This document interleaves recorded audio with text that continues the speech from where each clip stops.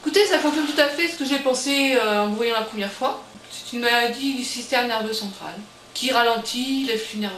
C'est un peu une sclérose en plaques, hein. Voilà, c'est une sclérose en plaques, je suis formelle. Mmh, mmh, mmh, mmh, mmh, mmh. Donc, une sclérose en plaques, qu'est-ce qu'on va faire? Là, je crois qu'il serait bien pour essayer d'améliorer les choses, c'est des corticoïdes pendant 3 jours en perfusion. Simplement un régime à faire pendant les 3 jours, c'est tout. Après, le quatrième jour, c'est bon.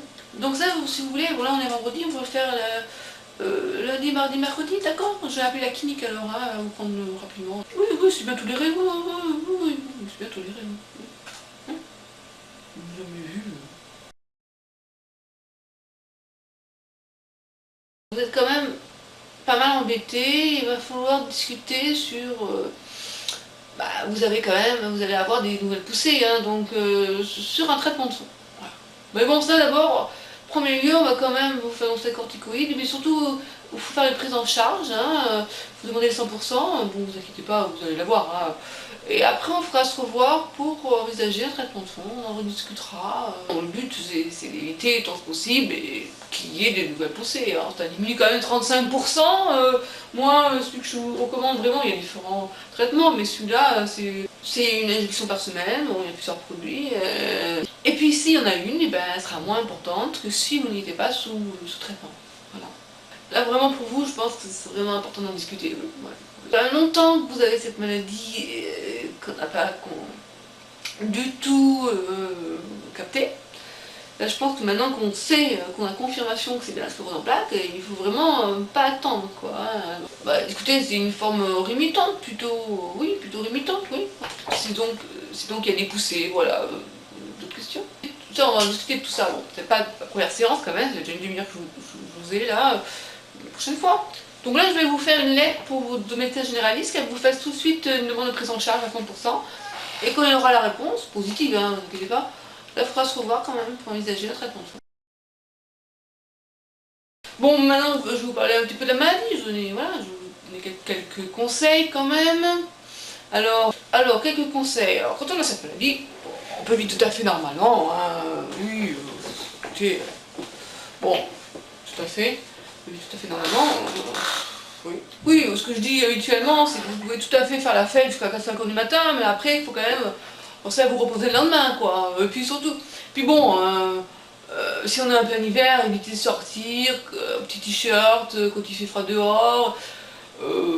Bon, parce qu'il faut savoir que si vous avez de la fièvre, c'est pas bon, ça peut provoquer des poussées. Bon, c'est pas systématique non plus, hein, mais pensez à prendre du paracétamol hein, pour faire calmer cette fièvre, pour la faire descendre, parce que si on peut limiter les dégâts, les poussées, c'est quand même pas mal. Voilà, ça c'est mes conseils. Bon, après, qu'est-ce qu'il y a on peut avoir une vie sexuelle tout à fait comme tout le monde, contraception aussi, avoir des enfants, oui, pas de souci.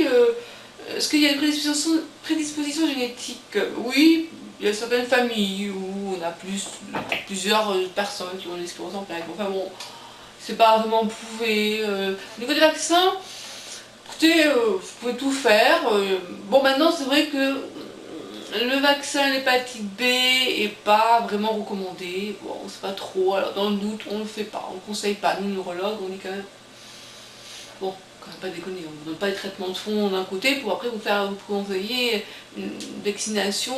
Même si tout le monde dit qu'il n'y a aucun risque, quand même, on n'est pas inconscient. Hein, on ne peut pas prendre de responsabilité parce que dans 10 ou 15 ans ou 20 ans, on ne sait pas. Vous savez, on apprend tellement de choses de nos jours, surtout dans le terrain neurologique.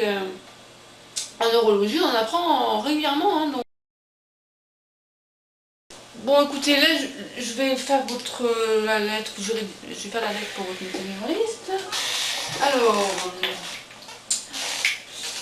à l'âge de 20 ans, elle a eu un épisode de flou visuel bilatéral, virgule, pendant une journée, point. Il va y avoir 2 récidives, point. Elle aura ensuite une paralysie faciale régressive, point. et gardera une fatigue importante. C'est ça, hein? Oui. IRM cérébral avant et après injection, le point. Présence de 12 hypersignaux en flair et en T2, point. Mais il existe aussi 2 hypersignaux au niveau du tronc cérébral, point. Un hypersignal sustentoriel se rehausse au gadolinium, point. Pas de granomanie, point. À la ligne, IRM médulaire, de point. Avant et après injection, de point normal. Maître conclusion. Il s'agit donc d'une sclérose en plaques, point.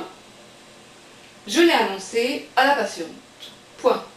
À la ligne, je lui propose de faire 3 jours de Solu-Médrol 1 g par jour en IV pour essayer d'améliorer le problème actuel. Point. Il s'agit d'une sclérose en plaques en partie rémitante. Un traitement de fond par bêta-interféron me paraît nécessaire. Point. Mettre fin.